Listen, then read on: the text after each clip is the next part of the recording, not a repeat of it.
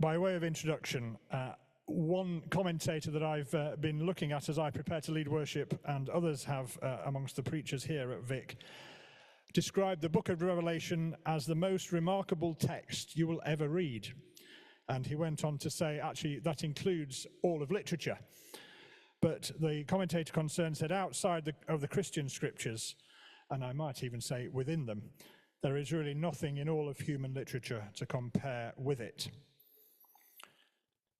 In the front of Jacqui's own book, these are not her words, they're somebody else's, are these words: an artist who understands the use of image, motif, story, and structure may bring new insights into the book of Revelation. Jacqui is one of those artists, and she really needs no more introduction. So, Jacqui, we had a really great afternoon, and I'm sure we're equally going to be inspired by what you have to say this evening. And thank you for taking time, and thank you for sharing your work with us.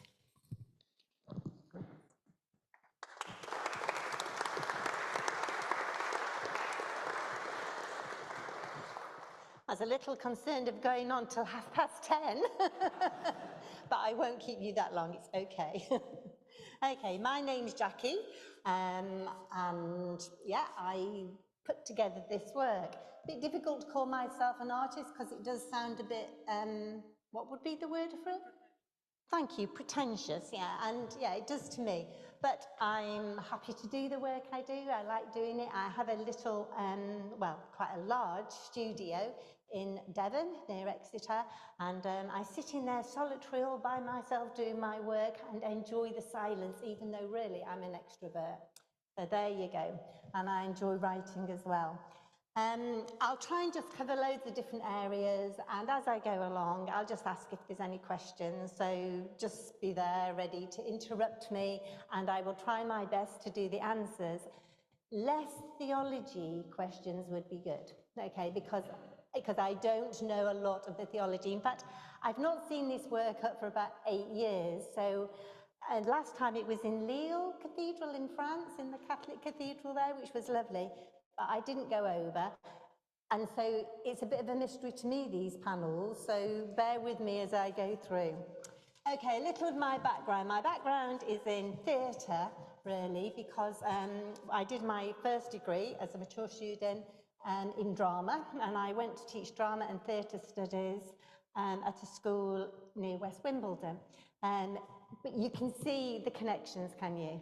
So you can see it's the storytelling that you have in drama, and it's also then looking at the detail and the characters and the different things that happen.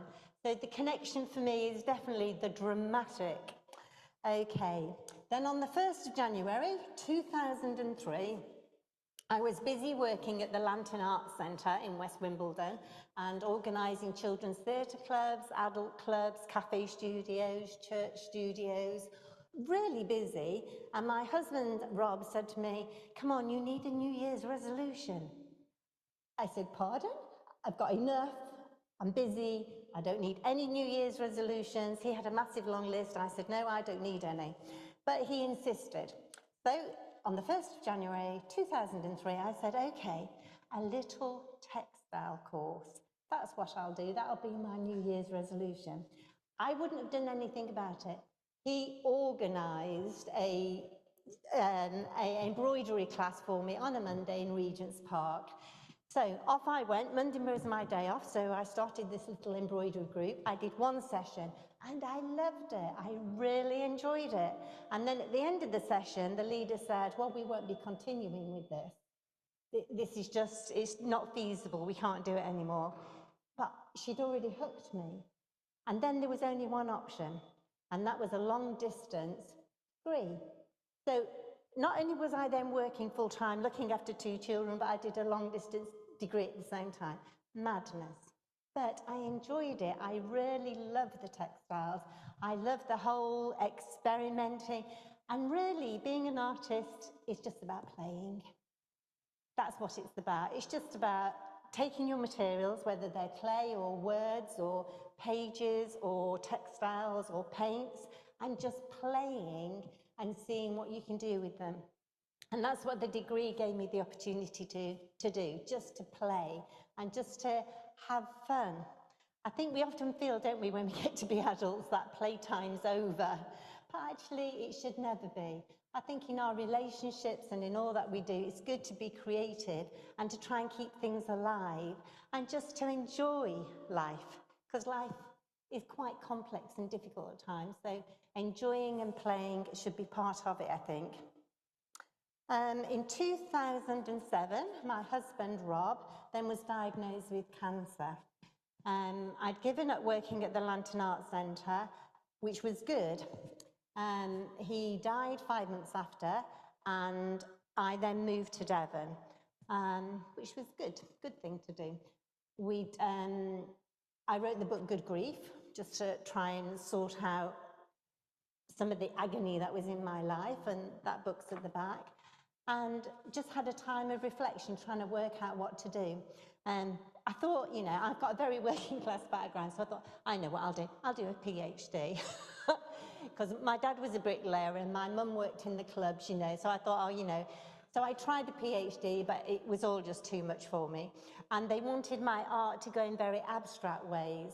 But what it did teach me was that I'm a storyteller, and that I don't need to do abstract things. What I really want to do is to do storytelling.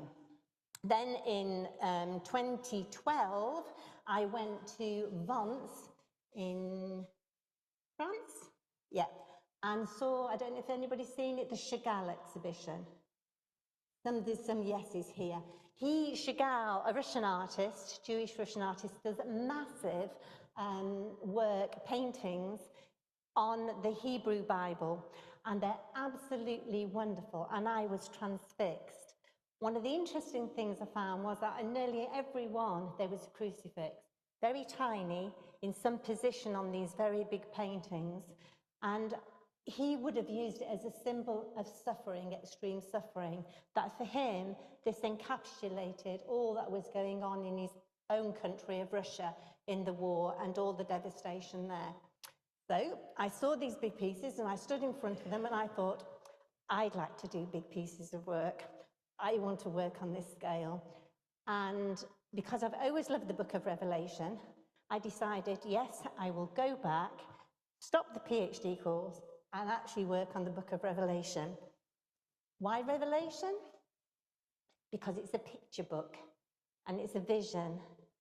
And I just think it incredible that you have the Gospels, you have the Hebrew Bible, the Gospels, you have the letters, the story of the early church letters, and then you have this final book of the Bible, which is not to do with cerebral and understanding and logic, but it's to do with mystery and images and pictures, and it's just so complex. And I love it because I can't understand it. I love God because I can't understand him. It's all beyond me, and I really like that. So don't look to me for all your answers to the theology today, because I'm telling you I don't know. In fact, some of you have been having series of lectures and sermons on it, so, you know, if you've got the answers, just tell me. I'm all ears. Okay. For me, Revelation does pull back, though, that curtain on the theatre stage, and it shows you what's going on at the back. It's about the connection, I think, between this world and an eternal world, about, a new heaven and a new earth, and something that is happening all around us that we're hardly aware of. And I never know in the book which is past tense, which things have happened, which things are happening, and which things are to happen. Because to me, the time frame in it runs all the way across, almost as though it's in God's time. It's then, now, and will be. But what I do love is this verse near the beginning. Blessed is the one who reads aloud the words of this prophecy, and blessed are those who hear it and take it to heart what is written in it, because the time is near. And if the time was near 2,000 years ago, then it must be nearer now. So it's good to read and to think and just to question ourselves. Okay, I'm just going to talk a little bit about the arty bit behind. and then I'll go around the panels. Before I start this bit, has anybody got any questions? Yes.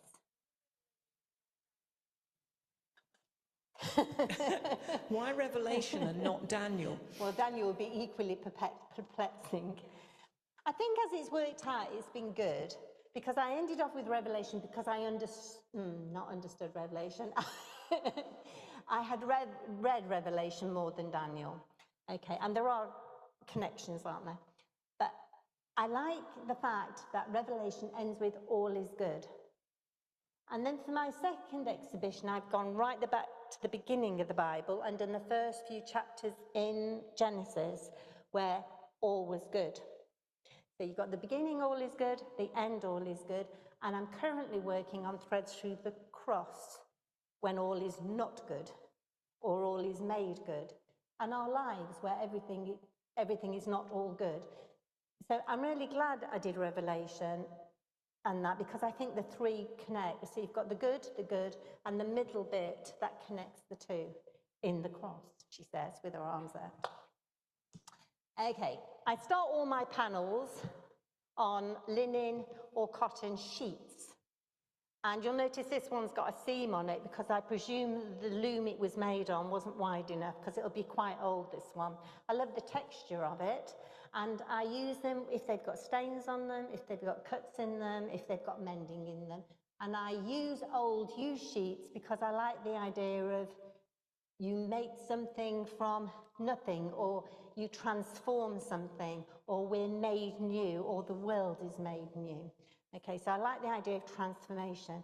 I also love the fact that sheets wrap round us at birth. They carry all our lives in them. We go to sleep in sheets. We have our dreams and our brilliant moments in sheets, and we are wrapped in sheets at death. So sheets are a life to death symbol for me, or physical substance for me. So they're important to me. So I always start with sheets. And then my work isn't tapestries. A lot of people use the word tapestries, but they're not really. But they're more like quilts, because what I do is I then quilt the sheet with a middle backing and a backing at the back. So it becomes thicker, so you get more movement in it. I then take the sheets. Usually they lay out on my studio floor, so I spend a lot of time on my knees, not praying, just painting. Well, occasionally praying. Here's a painted piece that's just come off the back of one. So I use acrylic paints or dyes, and the dyes give these lovely, you can get these lovely, I don't know what the word for it would be. Iridescent, yeah, metallic kind of, yeah. Light, that's a good word. Thank you for filling in the words for me. Sometimes I can't find words. So I do it in different colours. Then I lay silk on top and actually cut into the layers of silk. So you get layers. If the silk is actually cut on the straight, then it frays brilliantly. So if you notice some areas are frayed, and sometimes I cut the silk on the bias across the fabric that way, diagonally, and that doesn't fray so much. So depending on what I want the end to look like, I use it diagonal or straight. I was saying to the other group, once I was sat behind a piece of work writing some notes out, one of the panels, and there was two ladies in front, and one lady said to the other lady, "This work's not going to last long, is it?"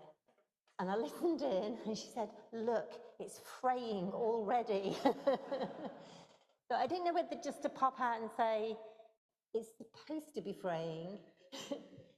And the fraying for me is integral to the whole thing, because what it's saying is life is fragile. Our lives are fragile, the world is fragile. We live in a very fragile place.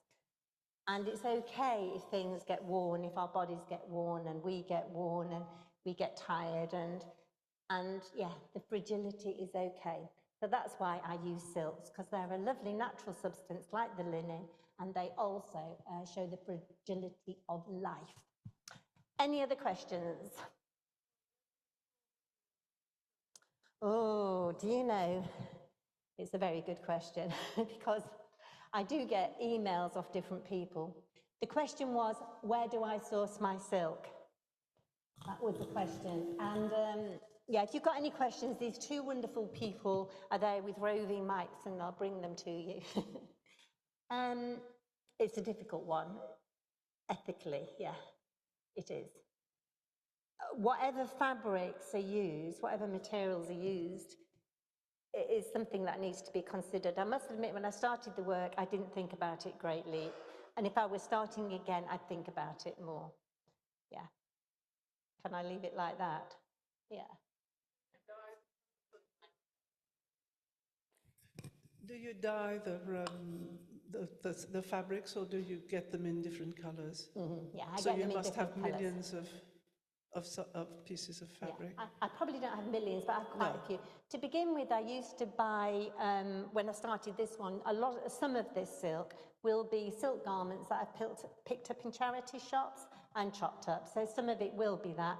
But as the work got larger and as I needed big pieces, then I would have bought it. Yeah, I think, but you're right, that silk only comes in a certain number of colours. That's why I use the paint as well, because the paint just gives it that greater depth of colour. So the silks by themselves, probably for me, wouldn't give the diversity that I need. Yeah. Good, should I move on to panel 1? So I'm going to now talk from panel 1 round to panel 14. So you can either just turn around in your seat, or if you want to move closer, you can, or whatever you'd like to do, kneel on the bench, dance your way down there, whatever. So I'm going to start right in the corner. I think you're all right there. You just become centre of attention. Okay, we have panel 1, which is over here. And this vision is given to a man named John. There's a variety of opinions on who John can be. I like to think John was the John who was the disciple, who wrote the letters, the one who was close to Jesus, who had his head on the chest of Jesus at the Last Supper, the John who wrote the letters of John, which are all about love, because I like to think he had that very intimate relationship with Jesus. And so he was on the island of Patmos, and he was there because he'd been talking too much about Jesus, and he was there on exile, and he was just having his time with God. And I presume his expectations weren't that high, I don't know, when all of a sudden he sees this figure standing before him. Okay, Jesus, the Alpha and the Omega. The background to this, and my symbol for God, is the sun, because we read in Revelation that in the new heaven and the new earth, in the new Jerusalem, there'll be no more sun, because God is the light. So I've chosen the sun, not because I wanted to reduce God to that, but just as a symbol of him being the light. And the circles of the sun run under the whole of the sky. The reason being that I wanted to say that God is underneath everything, is behind everything. So as you look around, you'll see circles. Where the circle is and the sun is, that it continues throughout the whole piece. So we have Jesus, his eyes were blazing fire. I didn't quite want to do flames coming out of his eyes because I thought that might look a bit strange. So I've just done that like red laser beam coming out. In his mouth, he has the sword.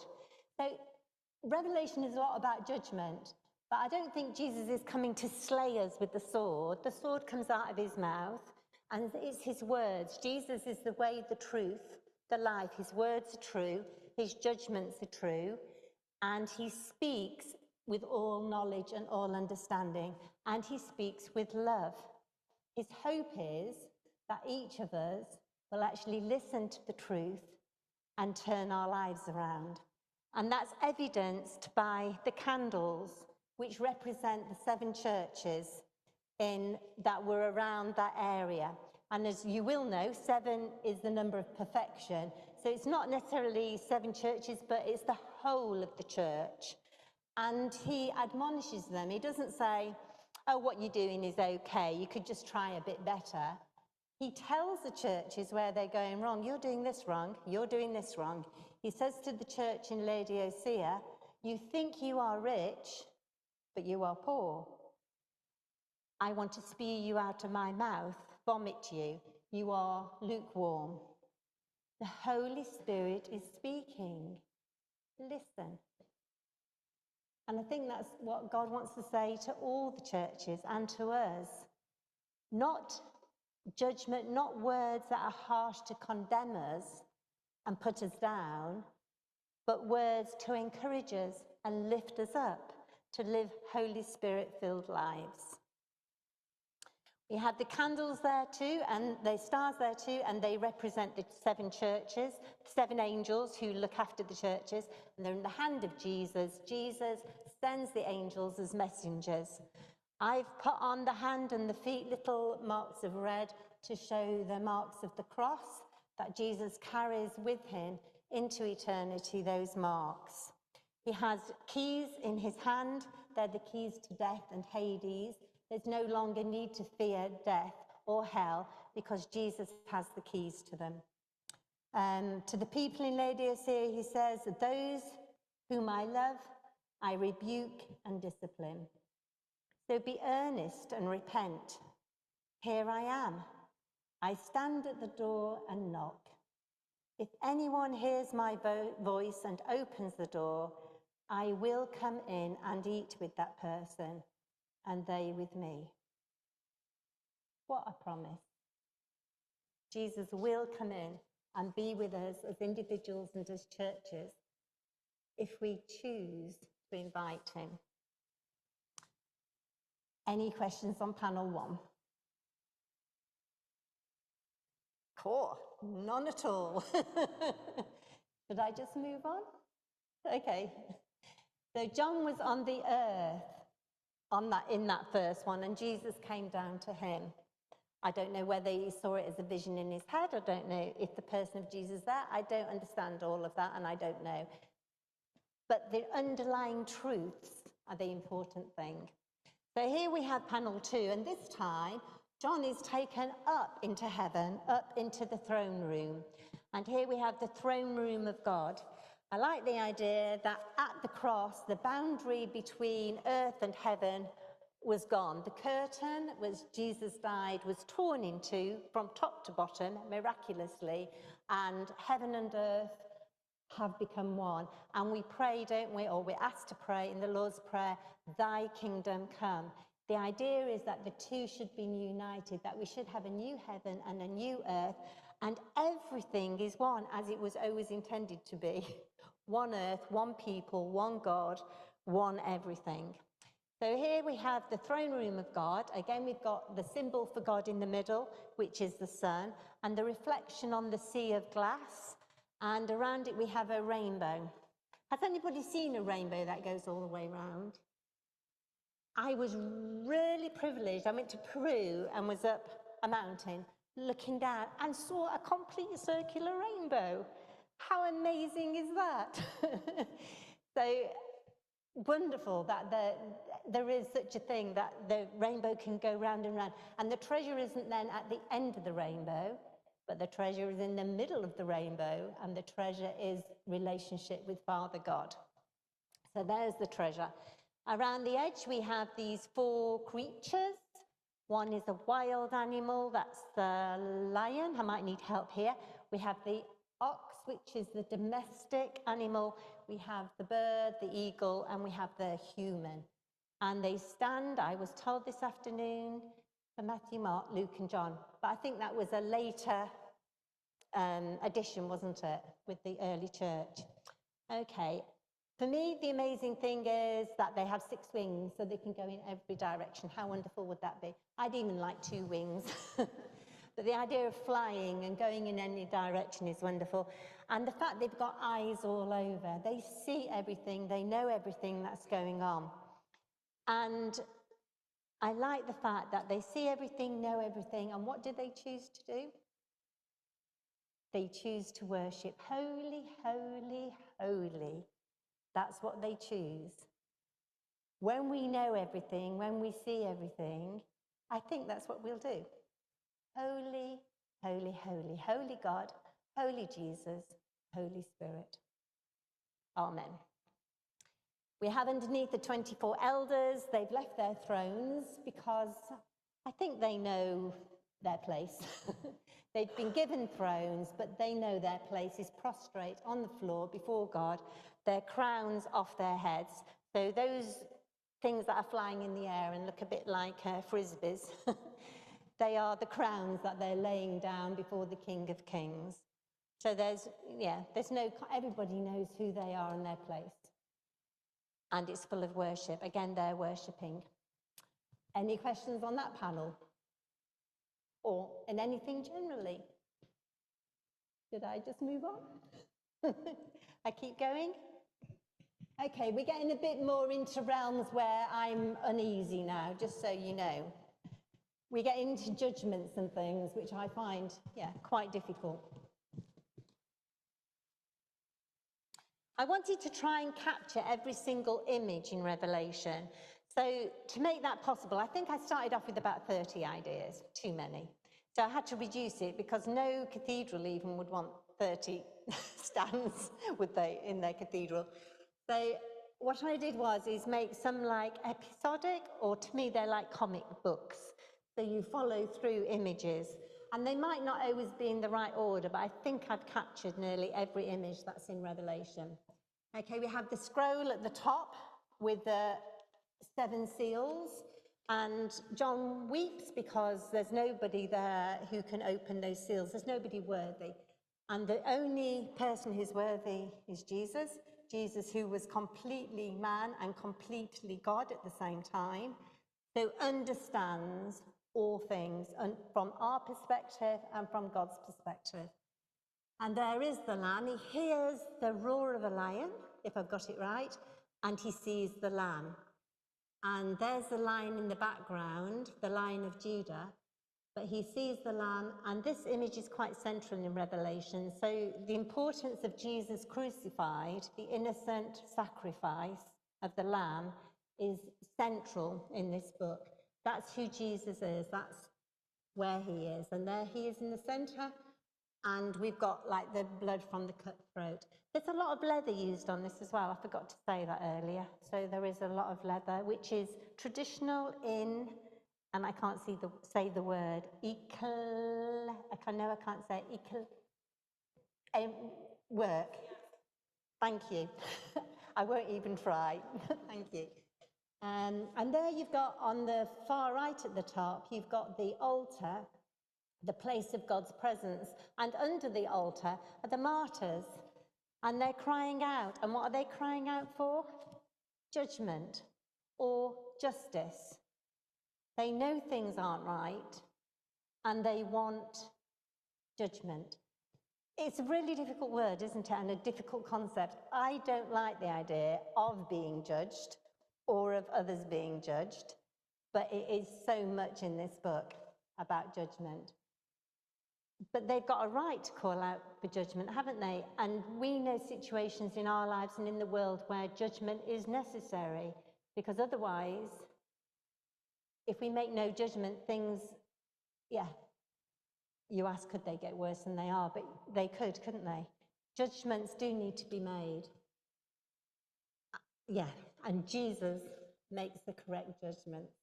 Here we have the 4 horsemen of the apocalypse.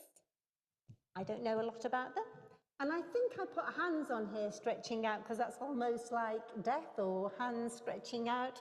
I don't quite know why I did that. I'll have to read the book. So you've got the 4 horsemen of the apocalypse. And judgment doesn't only affect us, because we now know how connected everything is in the world, don't we? How much all the galaxies and creation and creatures and everything is just so connected. So here we have devastation as well on the earth. It isn't just people. We're all together in this, for good or not for good. So here we have the darkened moon, and then we have the sun and the stars, probably a third of the stars falling from heaven, which we might connect later there if I remember. Then we have people who are hiding away in the tombs, and they're in the caves, and they're saying caves hide us from the judgment of God. They don't want to stand in the open. before God. I get that feeling, but maybe it would be a better place for them to stand out and be counted. Here we have the 4 angels holding back the winds from the earth. And the final one is men and women, and they're worshipping as they, with their palms, reminiscent of the day going into Jerusalem. The angels are worshipping, and they're saying, "Worthy is the Lamb who was slain to receive power and wealth and wisdom and strength and honor and glory and praise." That's what they're saying. The Lamb is central. And the number of them is too many to count. I know we have the 144,000, which stands, I think, for the 12 tribes of Israel, the 12 disciples, 12 times 12, 144, which I like to think, rather than a number is complete, the full number, all the chosen people are in, rather than an actual number. But then there are beyond, multitudes beyond, praising God, from all nations, of all tribes, of all languages, worshipping God together. How good will that be? Any questions on this panel, or general questions? The bottom, middle and right panels have more additional colour. The others are black, grey, red and white. And then you've got these glimpses of colour coming through in the others. Yeah. I was interested when I looked at the exhibition and wondered why. Do I know the answer? That's the question, the answer.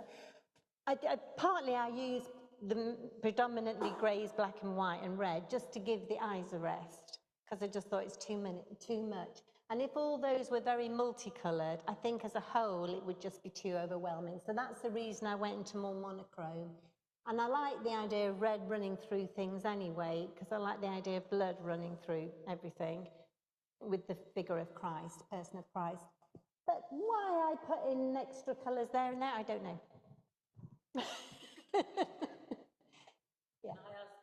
You say, just so that people hear it tonight, because I found it fascinating this afternoon. You talked this afternoon a bit about how you go about it, whether you start with a big vision and then how you translate it into the panels and how you work with several of them. So do you want to say a bit about that?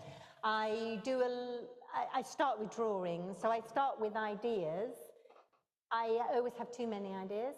Some people don't have enough and they struggle with ideas. I don't struggle with ideas, but I struggle to reduce ideas down to what I want to do. So I play with pencil on paper, maybe on A4 sheets, and then sometimes when I'm thinking of a bigger design or it's more detailed, I go into a larger size.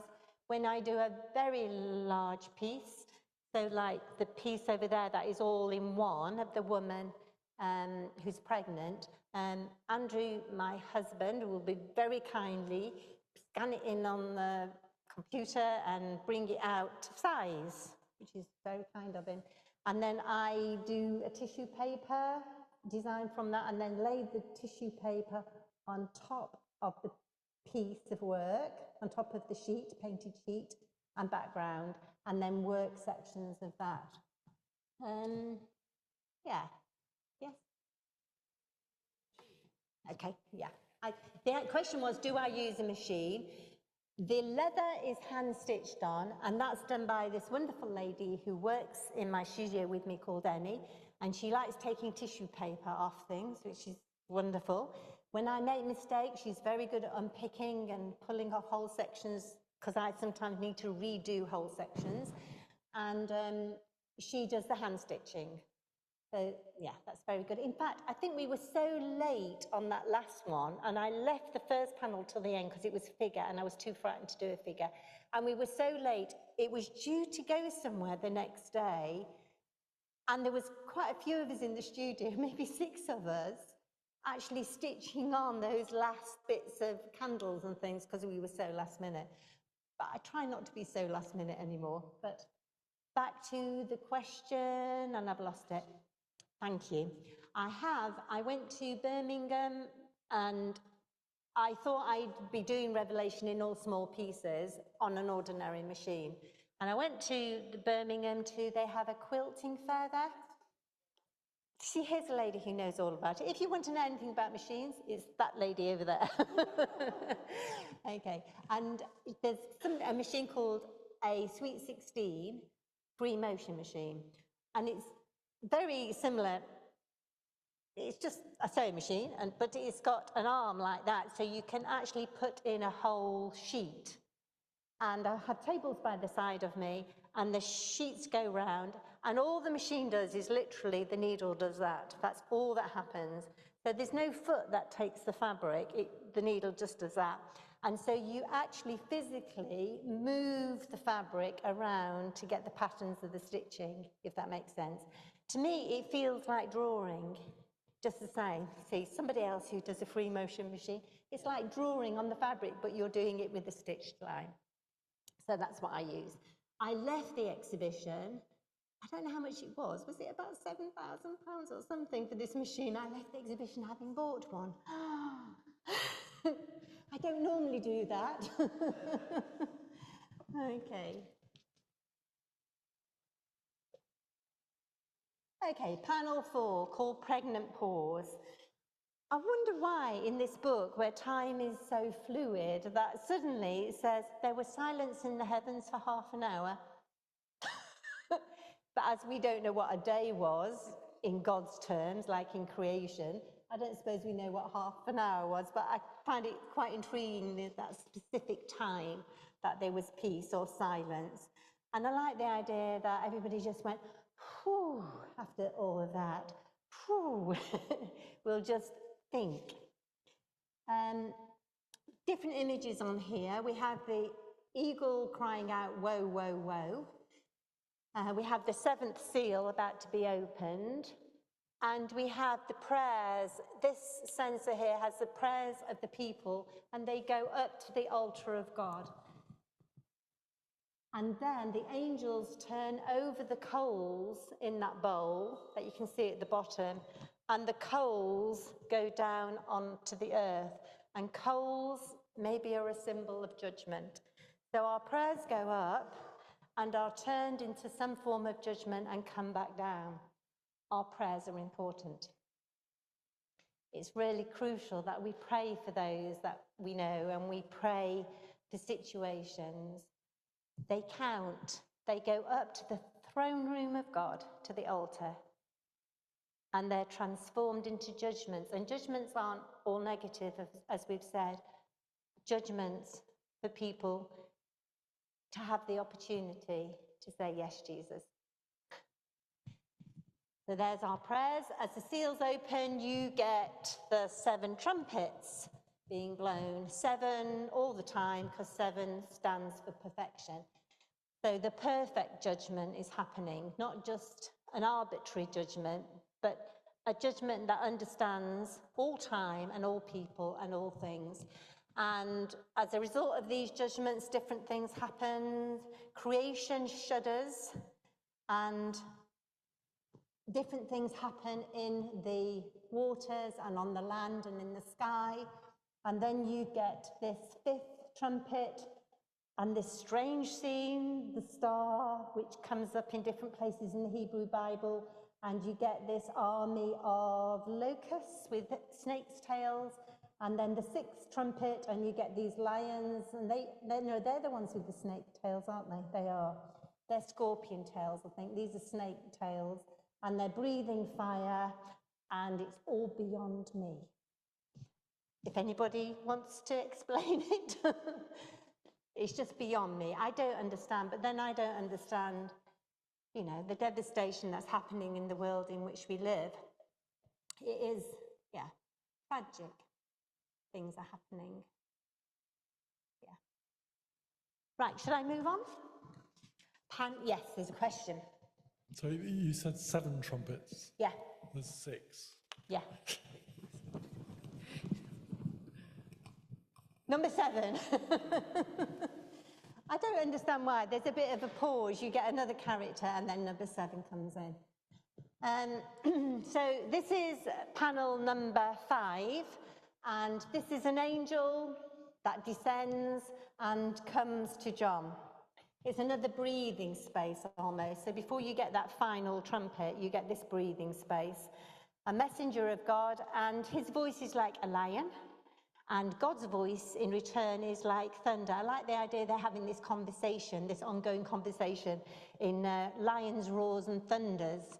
I like the idea that conversations don't have to be in words. So they're having this conversation. 7 lines for the 7 thunders. I've done lightning. Again, it's the perfect word coming from the mouth of God.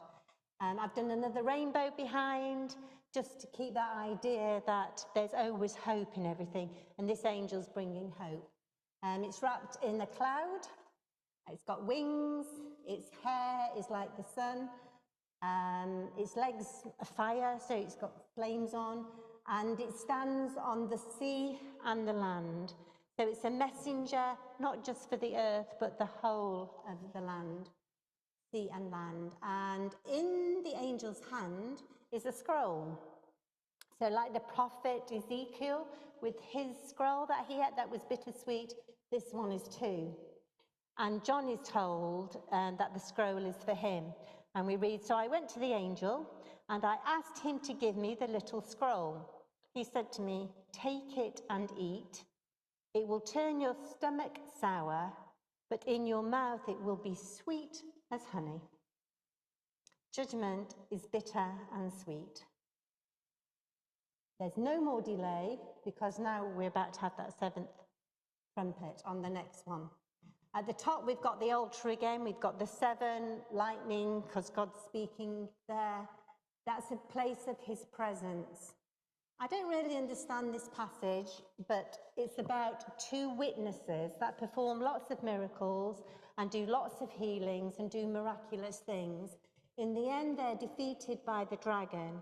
This is the first time the dragon appears in Revelation. And the dragon, like the snake, is a symbol of Satan in creation. So here, the dragon is a symbol of Satan in the story of Revelation. The dragon has 7 heads. It is perfect evil. There isn't any goodness. Okay, this is perfect evil. He kills the 2 witnesses to God who stand like candles, like lights in the darkness, and stand like olive trees with the oil. They are resurrected. And people see the resurrection, and it is a sign of God's presence. So it's the miraculous again. And then the 7th trumpet sounds for me and brings about, I think, the most incredible section in Revelation. It's the next panel.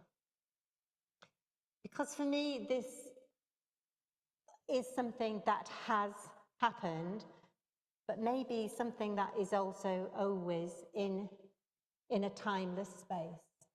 We have over here a woman who is about to give birth, and we have a crown of stars around her head, and she's clothed in the sun. So you see the sun again, so she's around that whole section. She is clothed in God. The Holy Spirit is in her. Pivotal, can you say it for me? Pivotal, have I got it? Seen, I won't try and repeat it twice, seen in Revelation. Jesus is about to be born, a baby's about to be born. I believe it to be Jesus. There is the dragon. Its 7 heads are around her stomach. She holds onto her stomach for protection. Out of the dragon's mouths comes flames, and the flames surround her stomach. It wants to devour the baby on birth.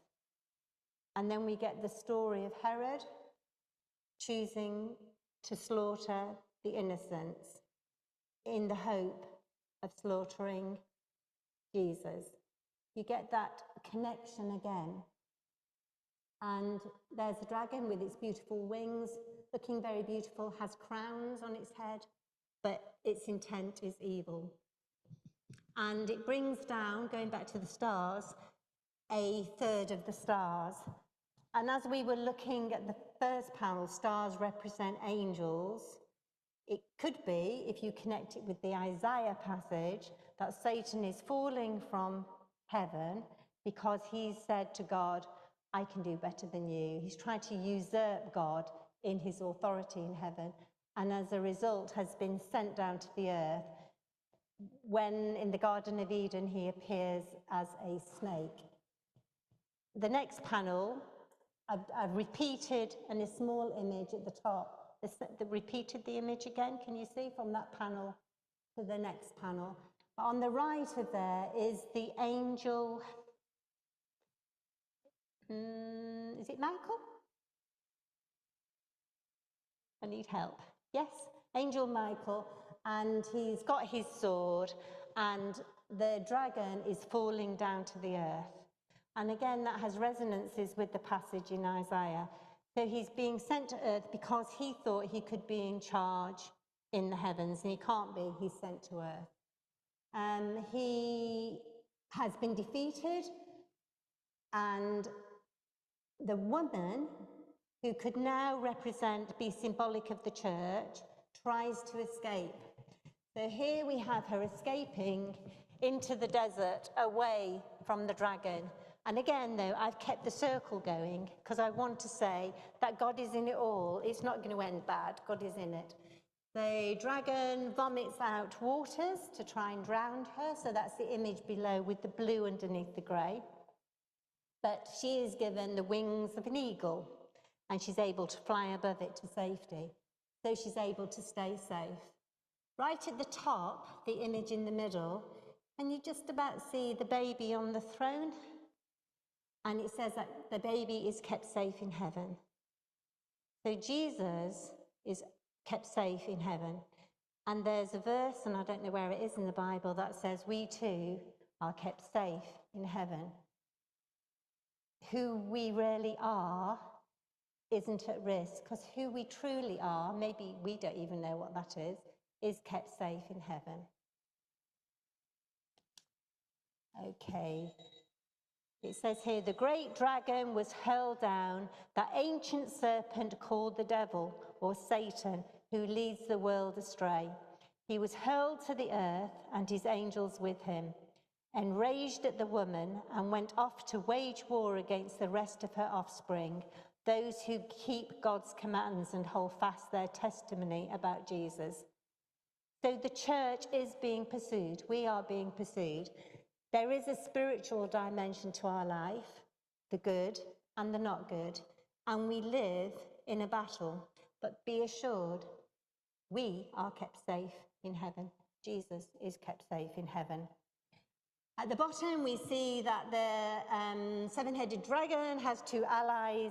He has the beast of the sea, which is on a bluey colour, so the blue underneath, and the beast of the land.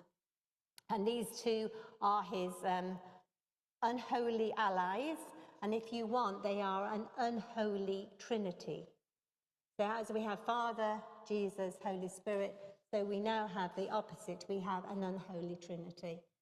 And lots of commentators will tell you they're this political power or this religious power, and there are lots of thoughts and ideas on it, and I don't know where the truth lies. I just know there are unholy alliances going on earth, and it's not just about people, there are powers behind it. Any questions? Hopefully not theology questions though on this bit.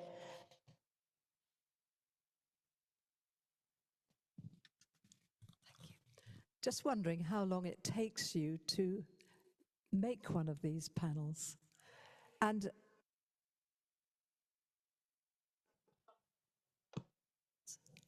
Yeah, they do. They all take different amounts of time. As I say, I left the Jesus panel to the end because it had a figure on it. So I start with easier panels, or panels I think I can achieve. I usually work on two at the same time because it gets a bit scary if you're only working on one and you suddenly think, oh, help, I don't know where to go next. So I usually work on two at least. And sometimes I want to connect two together, so I'll work on those two together. And I also write thoughts as I stitch, which then turn into the books. So it's very hard to gauge how long it takes, but it's probably an average of about 3 months for each one, with the thinking process and the making and things. Probably about that amount of time. I think I'm probably quicker now, Andrew, than I was. Yeah, so I think originally it was probably 3 months each, but probably, well, I'm on the crucifixion at the moment because I'm doing Thread Through the Cross, and I think I need to finish it in 4 weeks, and I've only painted the background. So, yeah, it has to be, so it can be photographed, so it can go into the book and the publicity for January. Yeah, it's doable. So, yeah, it varies. Good. Okay, we're now on to the new heaven and the new earth. The Lamb, again, is on the throne, and quite often, I'm not sure in this one, quite often the throne, actually not on this one, I do as 3 loops, and I do as 3 loops because I always like to think of God as the Trinity, so Father God, Jesus Christ, and Holy Spirit, a Trinity God. But there's the Lamb on the top, and we've got those 4 wonderful beasts again, and we've got the 7 lightning things to show God speaking, and we've got the 24 elders right at the top who have left their thrones and are prostrate, and then underneath we have the 144,000, except there's not, because I couldn't fit them in. I've got it down here. We've got 453. Somebody counted them, not me. Okay, so it's a massive amount, isn't it? But again, I think that 144,000 represents the complete number. Everybody who should be there is there. And the first angel, 3 angels at the bottom, the 3 angels go out with their messages. The first one says, "Fear God and give him glory, because the hour of his judgment has come. Worship him who made the heavens, the earth, the sea, and the springs of water." So it's a call again. We're going to be judged.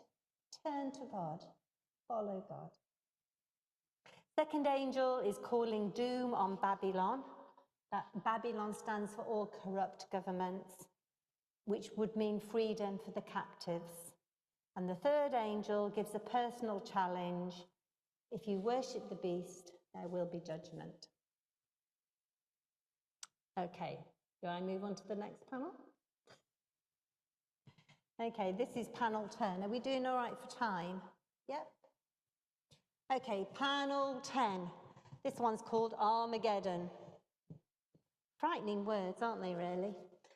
I like the way that this sheet was just really misshapen. I just really like that. I like things that aren't straight and sorted.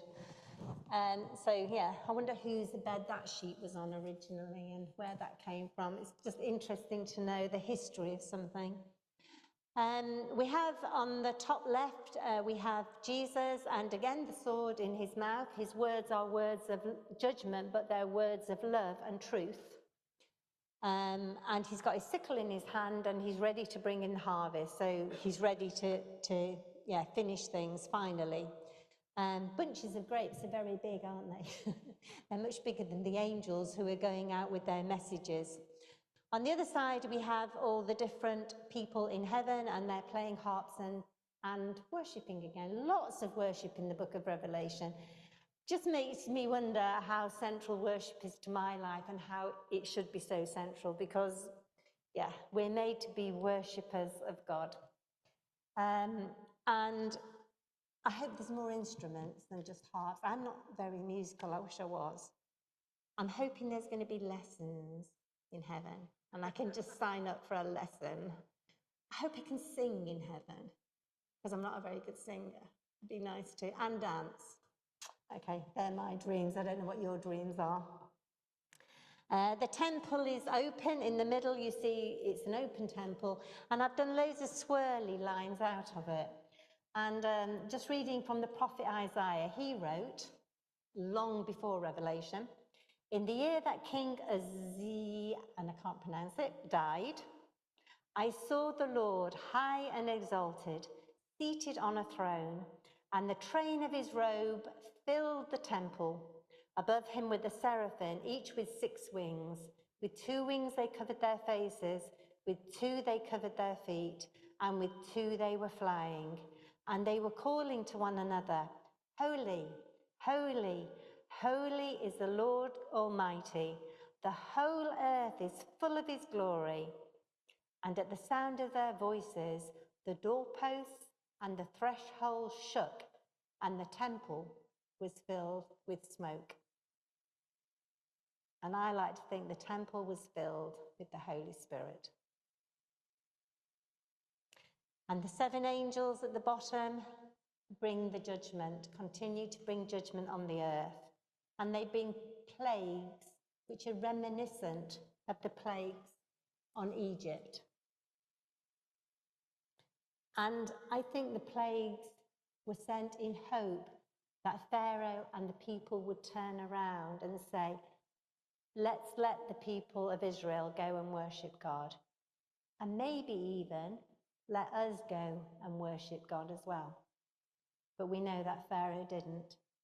And in this, we read in Revelation that some of those seeing this judgment curse God. There is a judgment, we have a choice. Okay, here we have a panel, Babylon. I'm saying to the other group, in one cathedral, I don't know which cathedral it was, so that's good, all these very, I was going to say posh, but maybe they weren't, clerical people came out, and about 5 of them, and they were stood in front of this, and they were umming and ahhing and shaking their heads, and they were wondering whether or not they could possibly put up such an image in the cathedral, whether it was acceptable or not. In the end, they agreed it could stay, but they were on the point of saying, maybe not, it shouldn't be there. I don't know what we call this lady. In Revelation, she's called the Whore of Babylon. We have other words now, but reading the Revelation passage, I would say that it's obvious that the intent was that she was out and out to use everything she had in order to make money, make herself famous, make herself rich. So that's where she was coming from. She wasn't coming from a place of need, she was coming from a place of greed. And here she is, and she looks very glamorous, and she thinks she's in charge. And yeah, I wonder, some of these names are numbers like 666. I wondered if they're like tattoos on the arm. So I've put the tattoo there. And I've given her a nice bracelet here, which is like a snake bracelet, to say who she's following. And here you've got a bracelet that looks like 3 6s, just to say this is where she's coming from. So she's using all her powers to actually beguile people and beguile the kings into trading with her and making her wealthy. And the Whore of Babylon and the city of Babylon, it says in Revelation, are one and the same. And she thinks she's all powerful, but actually she rides on a 7-headed beast, which looks very similar to me to the dragon with 7 heads. So she thinks she's in control, but actually she's being taken where the beast wants to take her. She's not in power of her own life. I think she's being controlled. The end for them is quite abysmal. She has here a cup. When we think of the Garden of Gethsemane, Jesus with his cup is a cup of suffering, which he's willing to take because he loves us. This is a cup that's filled with the blood of innocent people, and she's drinking it. She's quite content with that. But her fall will come. There's a millstone here. She will be dragged into the water. There's the city of Babylon, broken and destroyed. And here is a skeleton representing her death. And right down in the corner is the crown from her head is down there because she thought she was in charge and she was ruling, but she's not. It says here about the scarlet beast that she rides, "Come out of her, my people, so that you will not share in her sins, so that you will not receive any of her plagues. For her sins are piled up to heaven, and God has remembered her crimes." And the time for that, her destruction, apparently was 1 hour. Again, another time frame. Interesting. Any questions?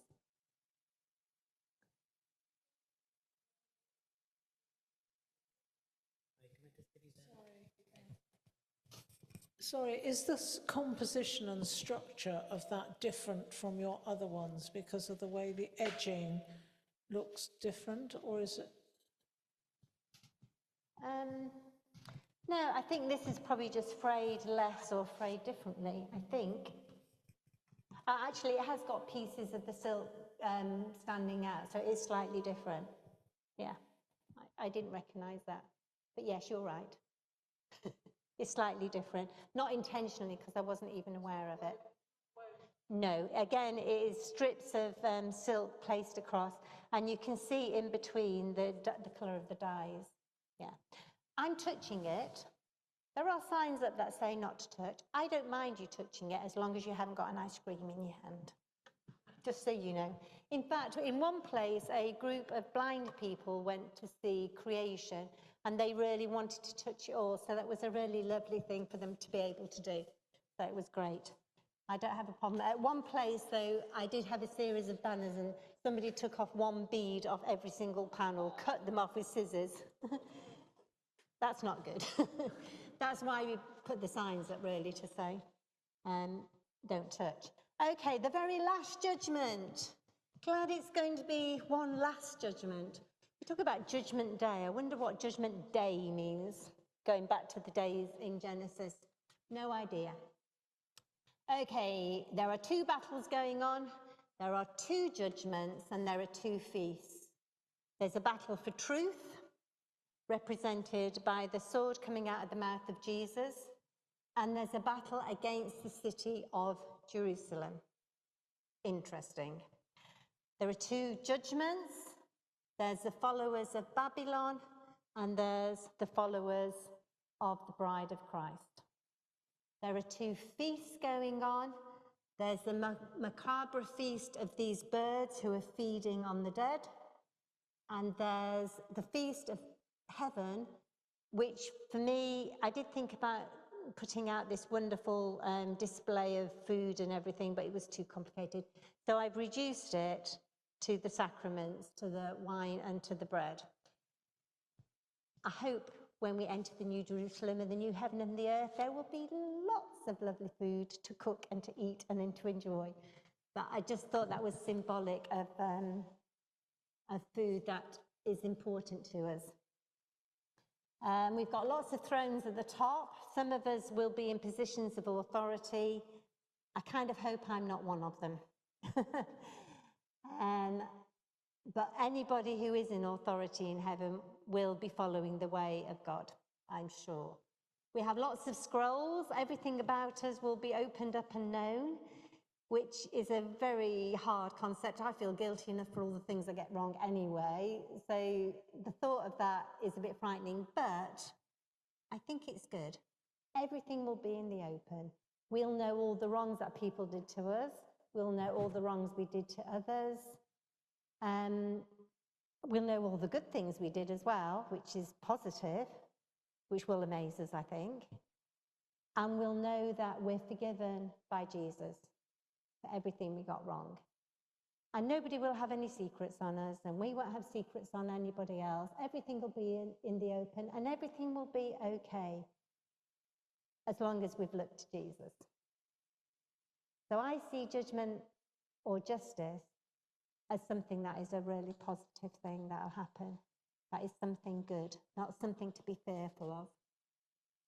So all the scrolls opened, everything known about us. And there we have the book of life. So that time thing again, because time doesn't exist in one sense for God, everything is already there because it's already known. So it's our names are already in the book of life. Again, we've got the God at the center, and we've got the throne that has got 3 circles on it. So we have the Trinity. Jesus again marching out with his army on the last judgment. And we've got here, he's got lots of crowns on. It says many crowns. Jesus is the King of all kings, the Lord of all lords. He is established as the one and only true authority. Again, he's got that laser beam from his eye, so he sees everything, knows everything. And he's got the sword from his mouth. Everything will be spoken as truth, because Jesus is the truth. and everything will be spoken in love. That's what he has. Every so often you'll notice, so on his coat here, I've written King of Kings, Lord of Lords. Every so often you'll notice words written onto the fabric. I don't understand this bit here. I wrote down. The dragon is chained in the abyss for 1,000 years. Then he's set free for a little time, but his days are numbered. I don't understand. I don't understand how that fits in with time. I don't understand about him being pulled back and then being allowed to be free on the earth again. I don't. There's lots of theological ideas behind it, and I don't know which one is right. But he's not free. He is subject to this 1,000 years or whatever it is, and he's not free to do what he wants when he wants. That's what I take from it. And eventually he comes against the city of Jerusalem, but the city of Jerusalem is protected by fire. Jesus is kept safe in heaven. We are kept safe in heaven. The New Jerusalem is kept safe in heaven.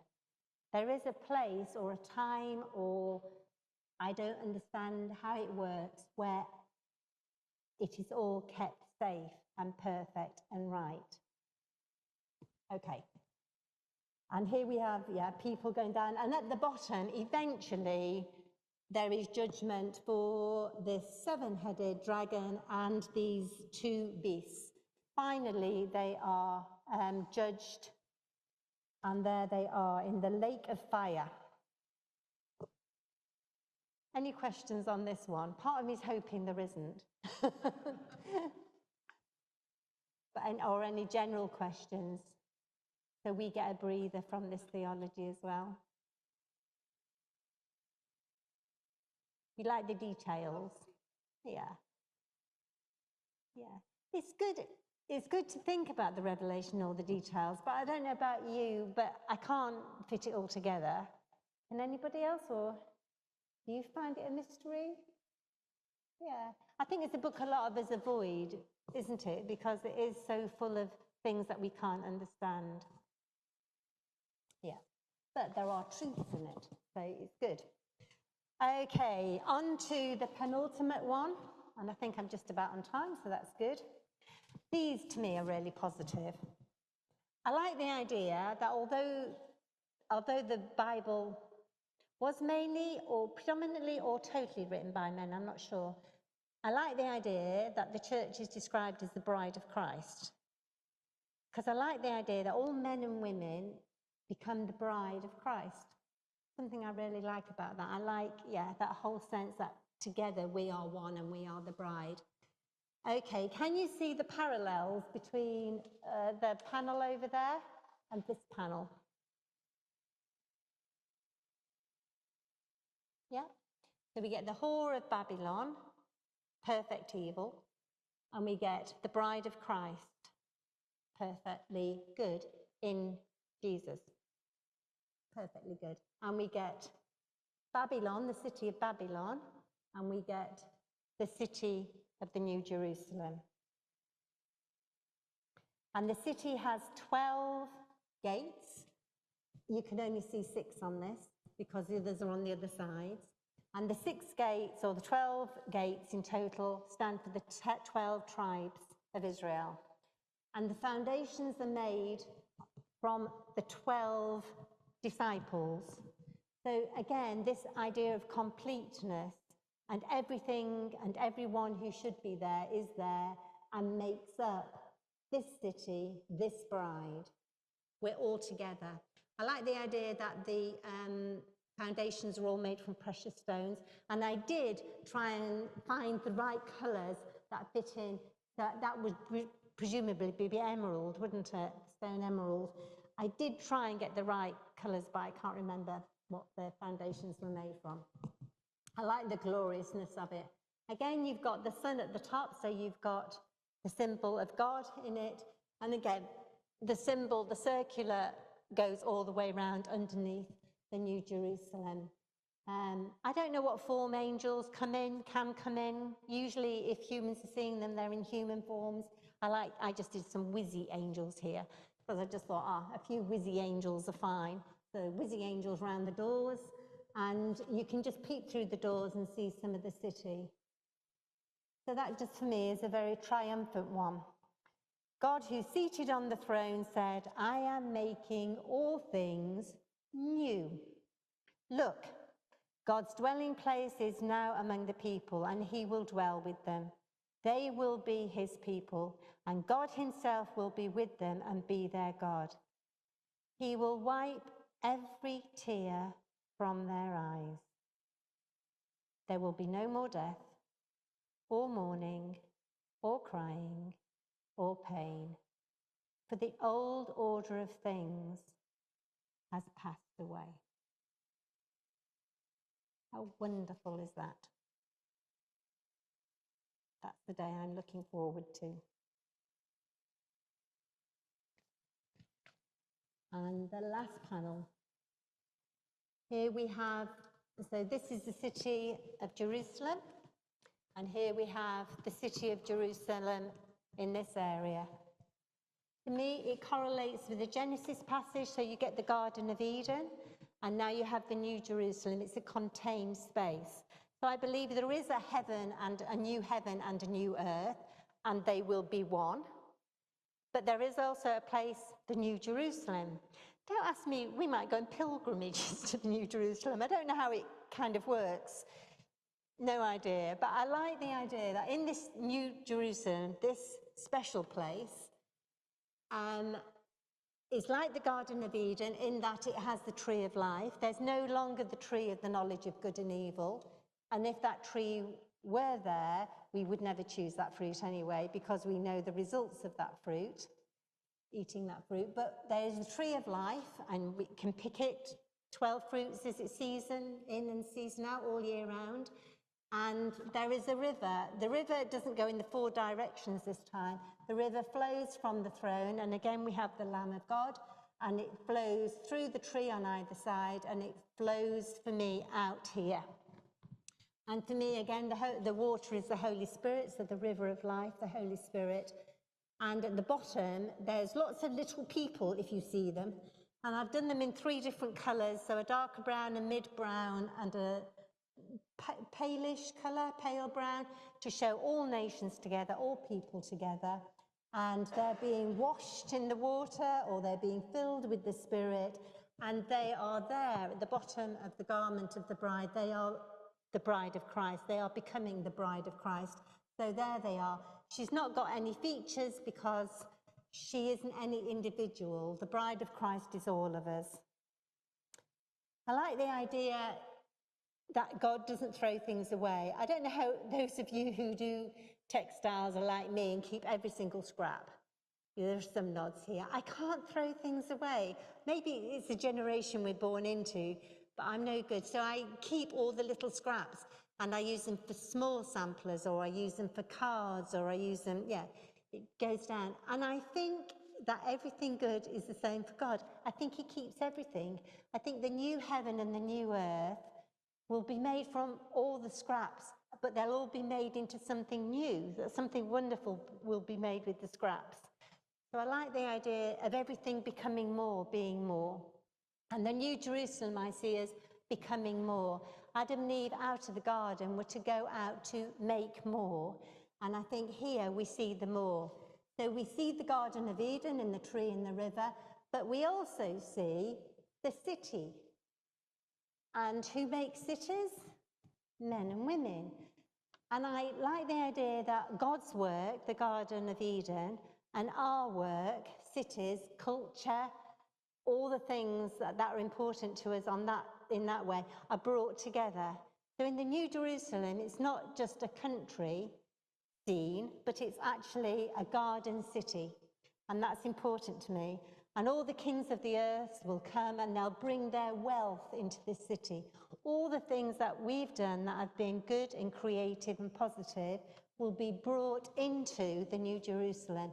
It'll be a time to place and time to celebrate everything that's been good, all our relationships, the things we've made and done and been, will be celebrated in this city. It's got its 12 gates.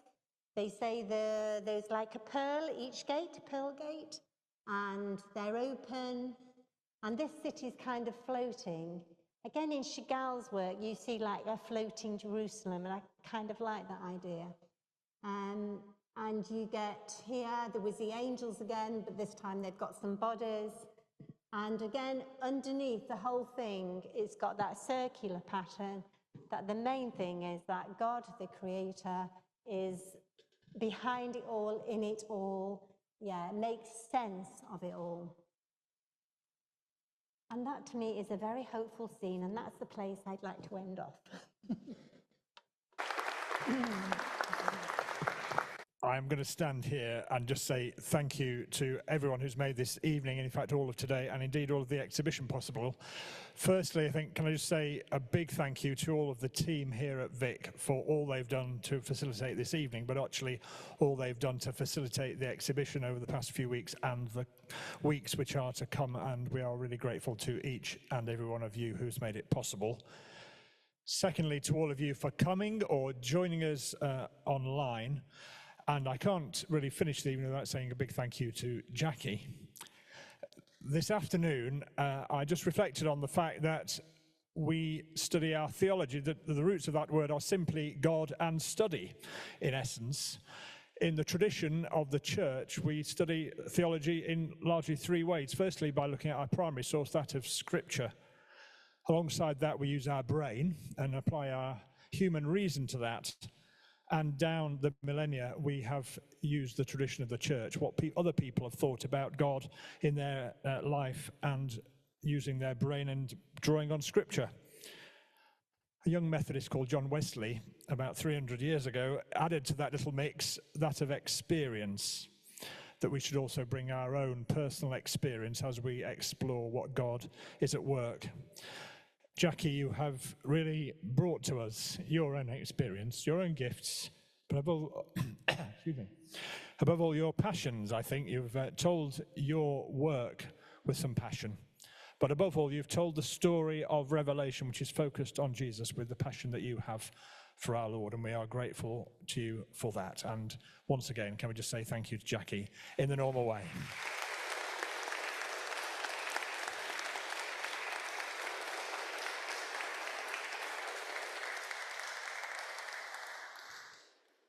I'm going to finish with some words. They are actually one of the prayers which concludes a funeral service in the Methodist tradition. But I think you'll see why I've chosen these words to close our evening. So I invite you, if you wish, to pray with me. Bring us, Lord our God, at our last awakening, into the house and gate of heaven, to enter into that gate and dwell in that house, where there shall be no darkness nor dazzling, but one equal light. No noise nor silence, but one equal music. No fears nor hopes, but one equal possession. No ends nor beginnings, but one equal eternity, in the habitation of your glory and dominion, world without end. Amen.